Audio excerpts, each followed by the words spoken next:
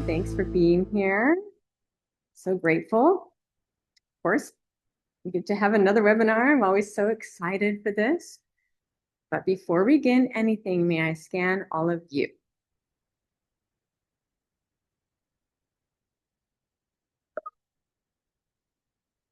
Beautiful hearts. All right, let's walk up to the creator of all that is. Everybody close your eyes, take a deep breath in, and gather all the energy from the bottoms of your feet. Go through your space and see yourself in a beautiful ball of light. It could be any color, but take it up to the sky and the universe. The series of white lights, dark lights, and golden light, all the way up through that jelly-like substance and into that tingly white light. That unconditional love fill every cell of your body. While you're there, say, Creator, thank you for my life. Take a deep breath in and open your eyes. Today, we are going to be talking about the virtue of encouragement and really being a beacon. So I'm really grateful for y'all for you being here to get to talk about this today. But sometimes, encouragement is not really about someone telling us what to do. It's more about people reminding us that we are capable of finding the way. A beacon does not chase ships.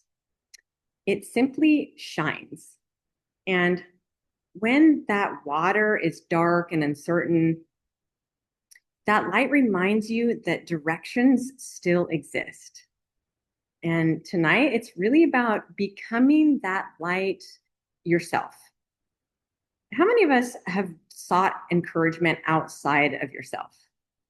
I know I certainly have. But encouragement is really an internal job. And many of us have spent our entire lives waiting for someone to encourage us. Maybe it's our parent, maybe it's our partner, maybe it's a mentor or a teacher or the audience. We hope someone will notice that our efforts matter and that we can hear that encouragement like, you're doing things right. You're on the right path. Just keep going. But when encouragement is missing, something important happens. We think it's a sign to stop. People begin to ask questions about their direction and they doubt their instincts or they shrink their ideas. And over time, that slowly programs that nervous system to associate uncertainty with danger. But uncertainty is not danger. It's simply the place where growth happens. We're going to talk about how you have all the power.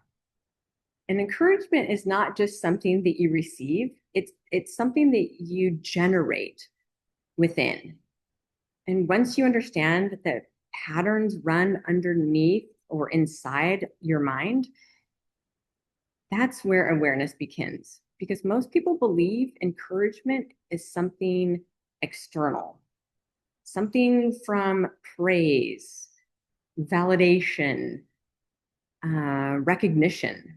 But a pattern of encouragement says, I can try again. I can learn from this. It's okay to still move forward. When this pattern exists, people, they continue.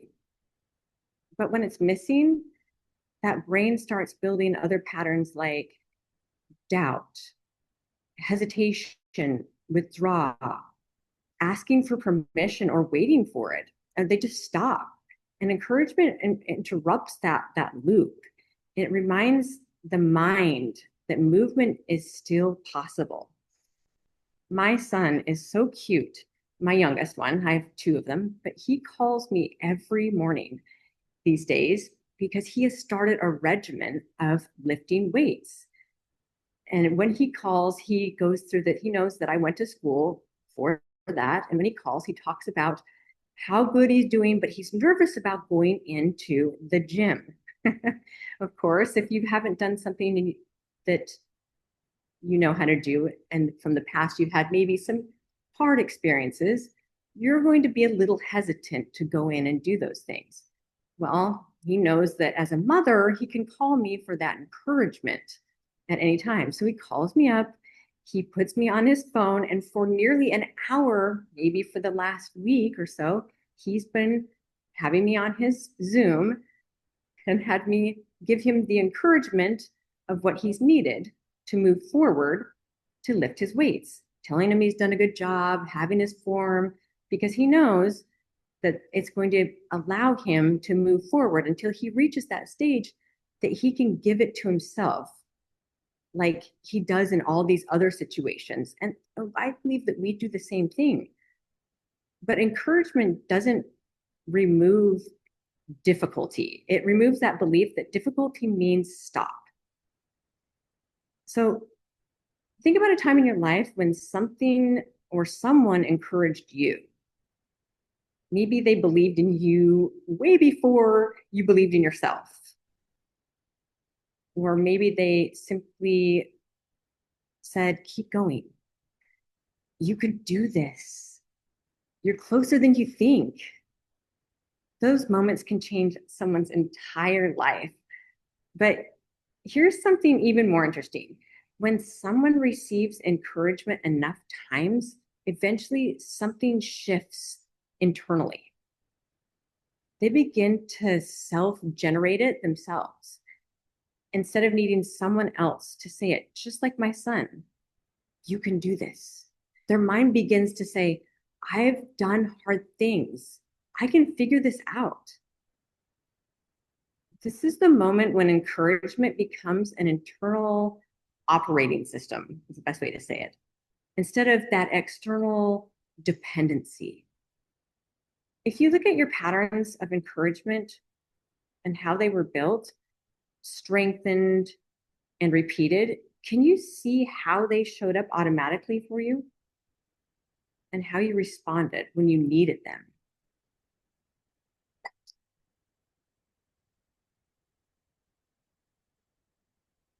Discouragement, however, usually follows something that's more predictable and a pattern. Let's talk about this. First of all, it goes through like an experience. Maybe a project failed, or maybe somebody criticized you. And then it goes to an emotional reaction. So you might feel something like disappointment, frustration, sadness, embarrassment, fear. One of those emotions are completely natural, but the brain rarely stops there. Then it starts to go to the next phase where it goes to interpretation. And the mind interprets things like, maybe I'm not good at this, or maybe this isn't meant for me. Maybe I shouldn't try again. And then something else happens. It goes into this identity state. And this is where it becomes really critical. That's like the final step that happens. It's the experience where it says, instead of that didn't work, that mind shifts into, I'm not capable. And once identity is involved, discouragement becomes much harder to interrupt. But here's where the algorithm of you offers a different perspective. Of course, we know that theta healing allows you to change those bottom beliefs, and that's truly amazing. We understand everything that goes on with that. We also understand something important. Patterns program emotions, not the other way around. So many people believe or feel that emotions are problems, but they're really just signals and they produce a deeper pattern. If someone learned really early that mistakes led to criticism or judgment, their nervous system may associate mistakes with danger. So when something goes wrong or not planned, their emotional response becomes amplified. Discouragement shows up really quickly, not because they're weak, but because their nervous system learned to protect them that way. The goal is not to fight the emotion. The goal is to see the pattern that's underneath it. And once you see that pattern, something freeing happens.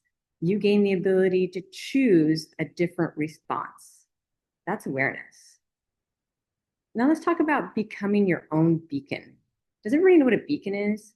I'll explain it really quick. A beacon on a lighthouse. So let's take a lighthouse, for instance. The light that goes around for at night when it's dark lights for those ships to guide them so they don't come up on shore. That's what a beacon is. The beacon obviously doesn't control the ocean, and it doesn't calm the waves, and it certainly doesn't change the weather. It just simply shines so that people can find the way. Encouragement works the same way. It doesn't remove challenges, but it helps you remember the direction still exists. A, a beacon has, I would say, three really important qualities. And one is to stay really steady. That's that light going on. And encouragement stays steady too. It is that quiet voice that says, take one more step. Even when things are uncertain, even if results are slow or nobody else understands what you're building, encouragement does. But that doesn't mean encouragement, it's not constantly a motivation. It's because motivation that comes and goes. Consistency is what builds that trust within yourself. And every time you continue despite uncertainty, your brain records that you are capable. Just like my son, when he calls me up, he knows if I just consistently hear it enough, I'm going to start to record it for myself. All right, so number two, it offers a direction, not pressure. So pressure sounds more like you should be further along, or why haven't you figured this out yet? Or you're behind. Encouragement sounds more like you're learning, you're adjusting, you are gaining experience. Pressure shuts down that creativity, but encouragement, it opens curiosity. And curiosity is where problem solving lives. When people feel encouraged, their nervous system relaxes. It allows them to think clearly. And when thinking becomes clear, solutions appear. And I would say number three is it shines even when nobody is watching. Encouragement is not a performance, it's a relationship within yourself. Some people only feel motivated when they're being watched by other people. But the most powerful form of encouragement happens privately. And when you decide to continue, even when there's no applause, that's the key. When you choose that growth, even when it feels slow, or when you feel or remain committed to your direction, even while things are still forming, your quiet commitment becomes that light, that beacon. So let's do a reflection exercise. I want you to take a deep breath in and close your eyes. And I want you to take a moment to think about this question. Where in your life did you wait for encouragement from someone else? Maybe it was in work or your creativity, or maybe it was your healing, your relationship. Now I'm gonna ask another question. What would change if you became that person who offered the encouragement to yourself? What if instead of waiting for someone else to say, you're ready, you simply allowed yourself to begin? How does that feel? Can you feel the difference? You can open your eyes. Sometimes that shift is not about gaining more confidence. It's about just taking that next step without permission. And before we close tonight, I want to do one more small exercise together. I want you can close your eyes again, and you can take this moment and think about a place in your life when discouragement has shown up recently. Maybe you started something and questioned, or maybe you had an expectation for yourself and you didn't show up like you wanted to. Or maybe you experienced doubt, whatever it is. I want you to notice the sentence that naturally appears in your mind about that situation. Often it sounds like, I'm not ready, or this might not work. Maybe I'm not the right person for this. Those are an old program or an old algorithm speaking. Now, we're not going to force a positive thought. And of course, you can always go and change this with belief work. Instead, we're going to create a bridge statement, something that's really going to encourage that movement without denying reality. So take that sentence and shift it just a little bit, just slightly. And I'm going to give you an example. So instead of saying, I'm not ready, maybe try, I'm learning what ready feels like. Or instead of, this might fail, try, this might teach me something valuable. I'll give you another one. Instead of, I don't know how, try, I'm learning how to take the next steps or something. You'll come up with the right words. Encouragement doesn't require certainty. It only requires permission to continue. What you're doing in this moment is teaching your brain a new pattern. And that pattern says, uncertainty does not mean stop. It means explore. Do you want that download? That you know how that it's possible to be able to explore without having to feel like uncertainty is going to stop you.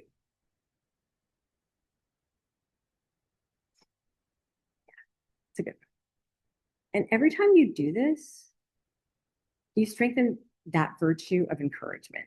It's really just inside your mind.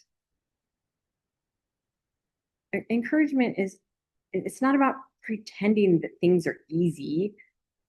It's about remembering that you are capable of navigating what is difficult.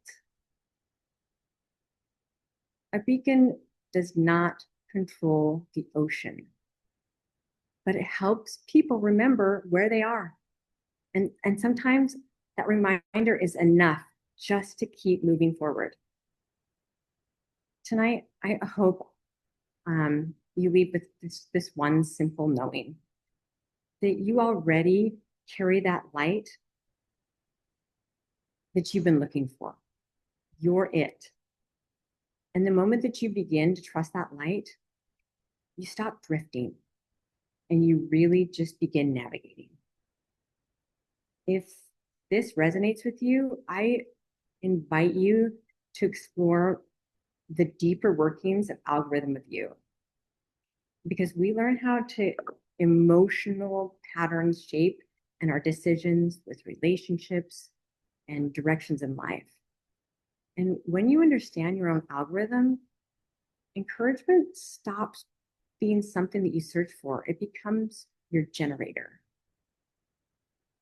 And of course, I'll put a link for that when we have more information on the replays. But I want to thank you all for being here. It's always so much fun to connect. I always love it. It's always short, but it's always to the point. And I love that. And I want to thank all the interpreters right here. We have some amazing interpreters. They've found the words to really be steady with what I have to say and the energy with which it's going to be conveyed to you. And they give their time so freely. So thank you so much for that. I appreciate you. All of you for being here. And can we take a picture today? I would love that. Let's do that. Can you do mine? I can't wait. Thank you. All the hearts. I love the hearts.